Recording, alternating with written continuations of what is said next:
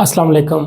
Doctor साहब, हमारा बच्चा जैसे ही दूध पीता है तो फ़ौरन ही मोशन कर देता है। उसके बाद बच्चे का पेट फूल जाता है या बार-बार मोशन करने की वजह से बच्चों में रैशेज़ आना शुरू हो जाते हैं। मेरा नाम डॉक्टर मज़हर है, welcome to my YouTube channel. ये सवाल बहुत ही आम होता है हमारे पास पेशेंट्स जब बच्चा लेके आते हैं, अक्सर जिन बच्चों को मोशन का इश्यू होता है। तो आज हम इस पे बात करेंगे, इसमें आपको बताऊँगा कि किस वजह से ये होता है और कैसे-कैसे हम इससे बच सकते हैं। कौन-सी चीज़ें हैं जो अगर आप घर पे करके इससे बच सकते हैं या किस कंडीशन में आपको डॉक्टर के पास आना पड़ता है। तो सबसे पहले हम ये चीज़ देखते हैं कि लैक्टोज़ इंटॉलरेंस, इसे हम हरूफ-ए-आम में कहते हैं।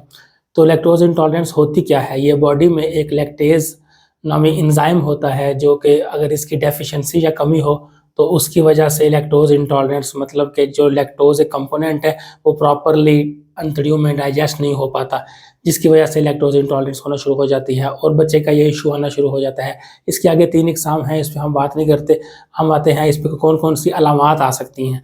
तो सबसे पहली अलामत जो है, जो मैंने आपको शुरू में बताया कि नॉर्मली बच्चा जब दूध पीता है तो बच्चा मोशन कर देता है। इसके अलावा क्योंकि लैक्टोज़ जो है बाद में लैक्टिक एसिड में कन्वर्ट हो जाता है, इसकी वजह से बच्चे के पहाने के साथ-साथ बच्चे को रैशेज़ होना शुरू हो जाते हैं। इसके अलावा बच्चे का पेट फूलना शुरू हो जाता है। इसके अलावा इन बच्चों की प्रॉपर्ली ग्रोथ नहीं होती। इनकी मीन्स के as compare to other children ये बच्चे थोड़े स्लो होते हैं, वीक होते हैं। बच्चों का साँस फूल सकता है, बच्चों को बहुत ज़्यादा एब्डोमिनल क्रैम्प्स आ सकते हैं। ये इश्यू बड़ों में भी आ सकता है। लैक्टोज़ इंटॉलरेंस का जो इश्यू है ये बड़े बंदों में भी आ सकता है, लेकिन क्योंकि हम बात सिर्फ पीड्स की कर रहे हैं, इसलिए मैं बार-बार बच्चों का ज़िक्र कर रहा हूँ। तो बहुत ज़्यादा बच्चा रोना शुरू कर देता है बाज़ औक़ात एब्डोमिनल क्रैम्प्स की वजह से।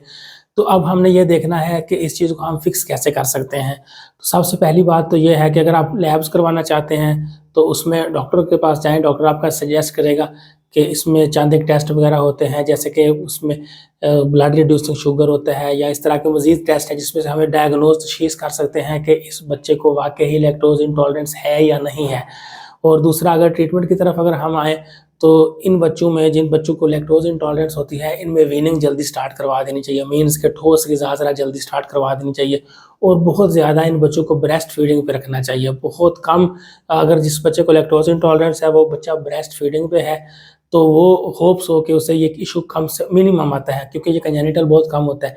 और दूसरा जो है, अगर दूसरे दूर से जिन बच्चों में काउ मिल्क स्टार्ट जल्दी करवाते हैं, जैसा कि मैंने इस पे प्रॉपर वीडियो बनाई है कि किस एज में कौन-सा दूध देना चाहिए, उसका लिंक भी मैं डिस्क्रिप्शन में दे देता हूँ।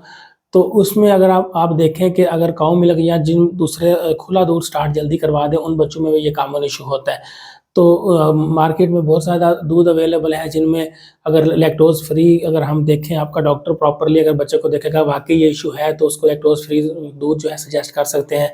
इसके अलावा मार्केट में कुछ ड्रॉप्स अवेलेबल हैं, वो सजेस्ट करवा सकते हैं। लेकिन ये सारा कुछ तब आप करवा सकते हैं अगर पहले आपको ये आइडिया हो कि बच्चे को बीमारी क्या है। इसलिए प्रॉपर्ली उस बच्चे की तशख़ीस करवाएँ। अगर वो बच्चे को इश्यू है तो इसे टाइमली फिक्स करें, क्योंकि मैंने आपको पहले बताया कि जिन बच्चों को ये इश्यू होता है उनकी ग्रोथ भी as compare to other childrens कम होती है, इसलिए इसे प्रॉपर्ली फिक्स करना चाहिए। उसमें हम कुछ विटामिन्स भी ऐड कर सकते हैं अगर बच्चे को ये इश्यू आ रहा है। तो ये अकॉर्डिंगली आपका डॉक्टर आपको सजेस्ट करके देगा कि कौन-कौन सी चीज़ कब-कब ऐड करनी है। Thank you for watching our channel. अपना ख्याल रखिएगा। अल्लाह हाफ़िज़।